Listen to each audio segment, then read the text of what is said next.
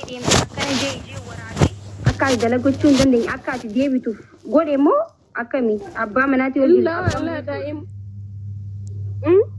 la jechuun akka ati deebituuf akkas godhe abbaan manaa kee abbaan mucaadhaa maaliif akkas godhe la lakkiin waliigalleetuma biyya bahe inni sanii fi mitinni akkattiin jenneen viidiyoo wayii waraabinaa ergii daa'imni na dubbisaa hin jiru wajjin na da godhan illee booya indillee uumamaa nagattee deemte kaleemaa nagattee deemte naan jedha inni illee ani illee booya daa'ima dubbisuun illee booya waan ta'eef bakka suutee viidiyoo wayii waraabinaa ergii jedheen. Egas viidiyoo takka lama waraabe dadhabe kanuma argee ima booya inni yoo maqaa keetti kaasanii naan jedhe. Video masan erge egas itu masan ani boye denan halkan positif godhe ganama mootu commenti hati wayi nu marti daima ganne ne mali video akkana gadhiista jettee na wayitu masan delete godhe wallahi lazim an delete godhe nan Facebook fi TikTok na garuma inni bitsa bidan in be kan delete godhe nan positif godani duiti godani ran egas mootu Kaumani follow tukura arumalu mak na biratti video daima kiya da mama ede posti gode osi adoko de posti gode be video sun na biratti lalam ni asla ummata tu follow tukura ara hadi daima sun jala duteji ruta kufte jana yone sin durba ite jana hajar Khadija dage Khadija wayna ma disi anu yujechu mucha dikisha mana disi demta mana gattee deemta joosanii arkeeyu anu ilmoo kan qabne booye sigalee akka malee garaa daa'imni keessuni miidiyaa kanarra nama hedduu post godhe jechuu akka malee garaa nama balleessa yoo dhugaa dubbanne hin boohin laal yoo dhugaa dubbanne jechuu Khadija maaki me ati ka daa'ima hin qabne ka akkasi bootte haadha dhaltee jala maaltu natti dhaga'ama baay'ee laal Khadija Khadija na daga hajirta si dagara ko agura baba dunu bishan dugi te ko bishan dugi akka walina soyno Khadija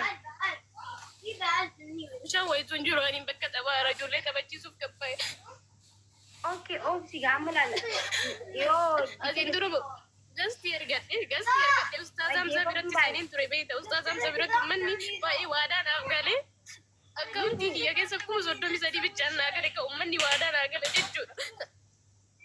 Ayyilaan ati amma Khadija na dhageessaa laal Khadija amma bika mana alaa ijoollee daa'imni gizee ati gochu mana arabaatiif haarawaa ta'uu dandeessa. Waan rakkoo mana isaanii keessatti himuun tokkoffaa itti fakkaatu galee araba maddii isaanii hin boo'an waan rakkoo mana isaanii keessa isaan himachuu jirtu fa'aa itti fakkaata. Igala jira.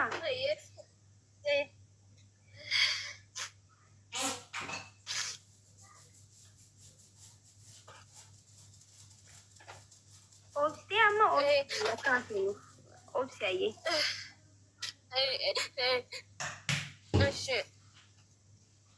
Haye. Khadija maaltu jira seete addunyaa kanarratti namni kamiyyuu jireenyaaf jedhee nama jaalatu dhiisee hin deema.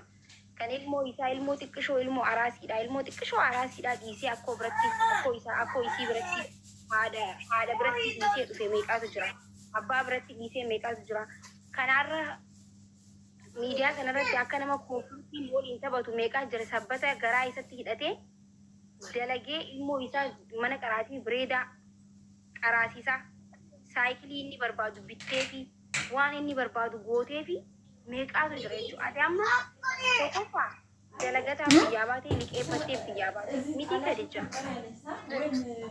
Liqeeffattee biyyaa baatee yoo amma galtee ilmoo keetiif maal gochuu dandeessaaf? Waan itti dalagaa banattee dalaydu hin qabdaa maallaqa. Hin qabu yoo sanii bari waan si bira dhufeef maaki waan si bira dhufeef maaki dalagaa jalqabu uummanni Oromoo yoo na gargaare gabaa daragadhee daa'ima kiyya guddifadha.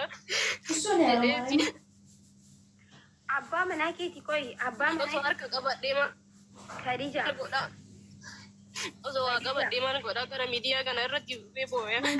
Khadija na dhagaye ayyee akkasuma namni hundi akka keetii ilmoo dhiisee ka dhufee ilmoo isaatiif immoo amma jireenya ifi kasala ta'eeti jireenya ilmoo isaa meeqa ka jijjiiree jira jechuudha. Biyyuma Arabaa kana ka jiru ilmoon isaa mana barnootaa ijoollee tujjaaraa barattuu baratti. Osoo ilmoon akkasii boochuu osoo siyaade ilmoo haadha koo siyaade naaf hin dhuftu osoo jooniin dhufa fa'aa jecha isa duubaan dhookattee booyaa jireenya bareedaa ilmoo ifii jiraachistu jira. Atillee naarraa akkasitti jabaattee ilmoo keessan kabboo san akka hin boonyetti jireenya waan inni barbaadu gootee fi waan inni fedhu gootee fi jiraachisuu hin dandeessa. Gaafa immoo maallaqa walitti qabatteetti deebitee Itoophiyaatti jireenya bareedaa haa ilmoo keetii waliin jiraachuu hin dandeessa. Garuu amma kan inni ansi gaafachuu jedhee abbaa manaa keetii waliin naga qabdaami ilmoo kan keessa dhiisee dhufte bikka isaan malutti dhiisee dhufte immoo bikka silaa narraa dararanii narraa ajjeesanii narraa rakkoo keessa seena bikka jiru dhiisee dhufte.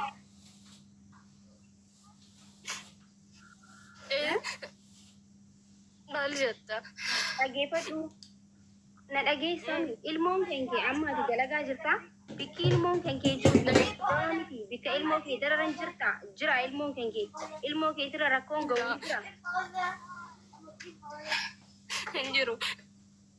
Okay, ilmoo kenkee wanta ka rakkoon irra gahu jechuudha miti ilmoo yaaddee akka haadha takkatti ilmoo kenkee yaaddee ilmoo kiyya bakka eega inni maana dhiistee deemte maana gattee deemte jee booda garaa na dadhabeetiin akkana boo'u jira galuu barbaade malee ilmoo kiyyara rakkoo hin jiru jettee yaadda miti moo akkasii miti.